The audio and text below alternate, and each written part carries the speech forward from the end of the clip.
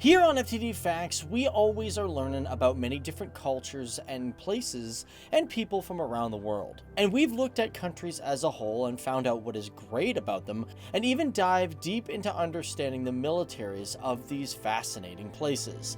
But today here on FTD Facts, we go into a very specific country, and this is the country of Hungary, to find out how powerful this country actually is in terms of military. Yo everybody, how's it going? Welcome to FTD Facts, the channel where I talk about people, cultures, and places from all around the world. My name's Dave Walpole, and if it's your first time here, well, you guys want to hit that subscribe button and that bell notification if you like learning about different places around the world, because that's what I do here.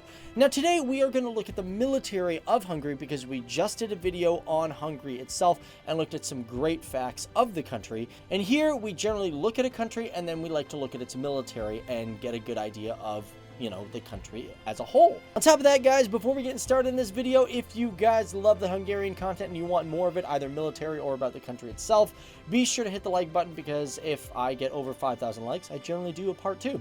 But let's get started, shall we? So getting right into it, the Hungarian Defence Forces is the main body of defense for Hungary. And unlike other militaries around the world, which generally have 3 major divisions, Hungary consists of ground forces and only air forces, because unfortunately there is no navy, as it is a landlocked country. And overall, Hungary has had a military presence since May 16th of 1848. Of course, it's had a major military before that, but this is when it was a major unified military. However, for that, I'm not going to go into history, because what we're going to do is we're going to look at today's forces and get a general idea of how powerful it is.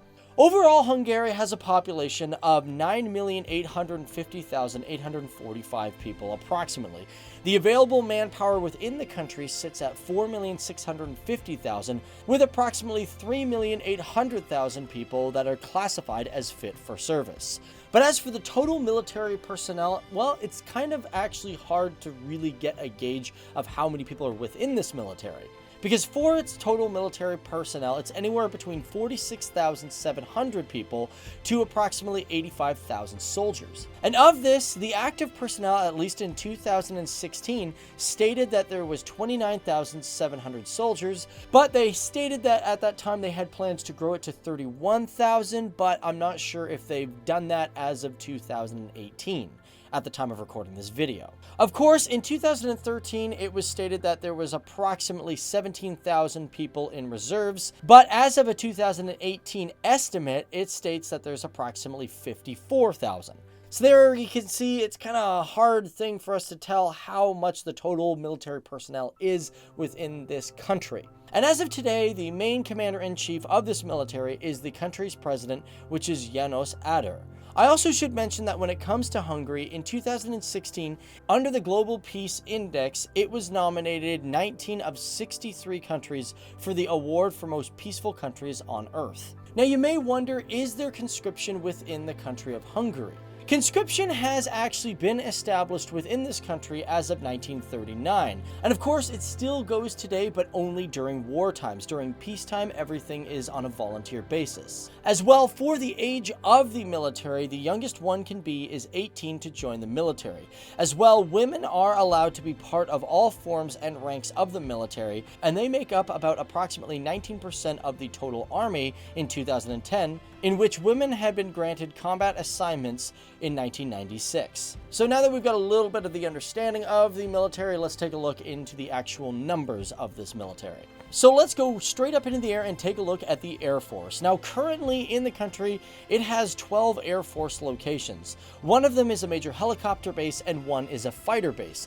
The rest are radar sites, air defense sites, or strictly air commands. In Hungary, they have a total air strength of 35 units. And when it comes to fighters or attack fighters, they have approximately 14 of them. However, it's really hard to gauge whether or not this number 14 for fighters is actually true, because I had read somewhere that in 2015, Hungary extended a lease program with Sweden for 14 fighters for another 10 years. And of these, 12 of them were single-seat Gripens, and 2 others were the dual-seaters. However, I also read that in 2001 they actually purchased and bought 14 of these fighters, so it's kind of hard to say if whether or not they have 14 leased and 14, actually owned, or if it's just 14 in total. However, when it comes to transports, the country has approximately 19. The biggest of these is the Antonov AN-26 and the Airbus A319. Of course, they have 4 trainers for the Air Force and a total helicopter strength of approximately 43.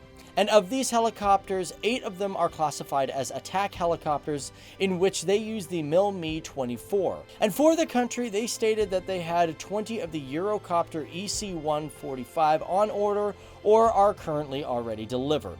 Now, of course, we're going to go down to the ground forces, but before I do, I should mention that before 1991, the military of this country was heavily supported by the Soviet Union. However, after the fall of the Soviet Union in 1991, of course, they had to do a lot of cutbacks, they sold a lot of tanks, and closed a lot of air bases and ground bases as well. And although their forces may be cut down, believe it or not, it still does have quite a bit. Because in total, they have approximately 164 combat tanks, in which they use the T-72 as their main battle tank.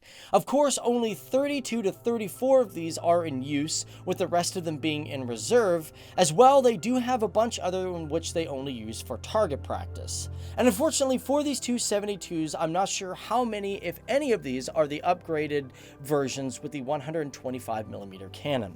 As for armored fighting vehicles, they have approximately 1,123, with the BTR-80 being their main armored fighting vehicle. They are actually the 3rd largest operator of this vehicle in the entire world. Currently, they state they have about 600 of them, with about 598 of them being modernized. Keep in mind, there is also a lot of them that are classified as unlisted. They may actually have more, because an unlisted amount are designed for medical use and, of course, nuclear, biological, and chemical missions. For their self-propelled artillery, Hungary has 0, but they do have 300 towed artillery, in which they use the 152mm M1955 howitzer, in which they have 300 of those. And to finish it off, for their ground units, they have approximately 65 rocket projectors. Now, like I said, the country really doesn't have any form of navy. They don't have any major crafts like, aircraft carriers. They don't have cruisers, destroyers, or corvettes, or anything of that nature.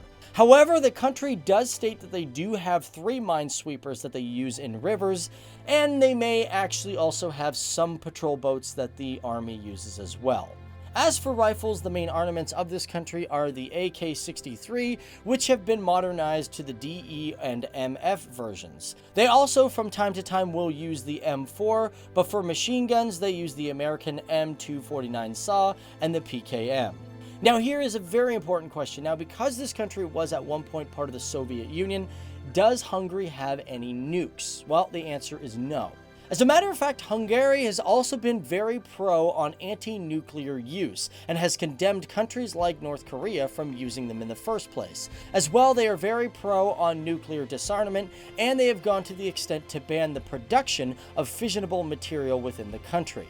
As well, they've also been a major contributor to the Nuclear Non-Proliferation Treaty, which they signed in 1970. As well, in 2013, they also signed the Arms Trade Treaty, which regulates the international trade of conventional weapons, and again ratified it in 2014.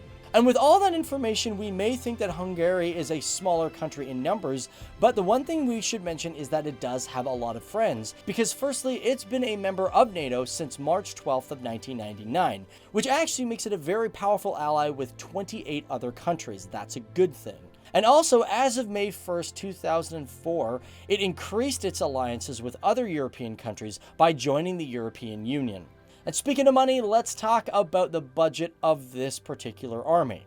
In 2017, the budget for the Hungary defense sat at approximately 350 billion HUF, which in turn was approximately 1.21 billion US dollars, which made the budget of the defense sit at 0.94% of the GDP of the entire country, which was actually far below the recommended NATO requirement of 2%. Thing is, although that might seem pretty low, they plan to increase that to 1.4% by 2022. And as for today, Hungary has about 700 soldiers deployed around the world. As well, they have been a major part of operations in Afghanistan, Bosnia, the Congo, Cyprus, Egypt, Georgia, Kosovo, Lebanon, Mali, Somalia, and of course, Western Sahara. Which means that Hungary is influencing peace not just within its own country, but multiple countries around the world. world. So there you have it, guys. That is a look at the defense forces of Hungary and how powerful this country actually is. What are your thoughts on this military, and would you in fact join it yourself? But other than that, guys, my name is Dave Wapple, and I just want to thank you guys for all tuning in and learning, especially my reoccurring viewers. You know, you guys are great to expand your mind and really learn about many different places around the world, whether it be the military or just the countries itself. Now, that being said, if you guys want more topics and videos around Hungarian content, well, then you got to hit those like buttons, because like I said, we get over 5,000 or whatever. We just get a lot of likes. Then I know you guys want more, and that's great. Also down there, not down there, but down there in the description box, we got other videos for you to check out. Also at the end of this video too. And of course, there's my Instagram. If you guys want to reach out to me, feel free to give me a follow, send me a message, and send me some recommendations for future videos to do. But either way, this is you and me learning about the great military power of Hungary and how powerful this country actually is. Sure, it may be a smaller military, but Hungary knows that diplomacy and striving for peace is a quest that many other countries strive for as well. For the soldiers in the group of the Hungarian Defence Force may know how to fight, but they remind us that although you may be strong, you are always stronger with the connections around the world. Thanks for watching. All right, so here's some other videos that you should check out. Did you miss our first video talking about Hungary itself? On top of that, I got a nice European playlist of other European countries that you might want to check out. Feel free to take a look at that. Other than that, we got tons of military videos for you guys to look into. Be sure to look for those. And on top of that, we'll see you in the next one.